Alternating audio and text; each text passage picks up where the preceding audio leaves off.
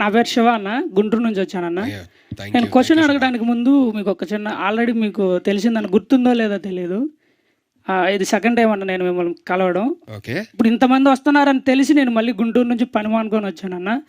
ఇంతమంది సమక్షంలో మీరు అందరు ఇప్పుడు ఫ్యాన్స్ అందరు అరిచారన్న. ఫ్యాన్స్ చెప్పారు కానీ నేను మిమ్మల్ని ఎప్పుడు కూడా మర్చిపోకూడదని చెప్పి ఎవ్రీ మినిట్ నా కళ్ళ ముందు నాకు గుండెల్లో ఉండాలని చెప్పి మీ పోర్ట్రేట్ ఆర్ట్ నా చేతి మీద వేసుకొని ఉన్నాను.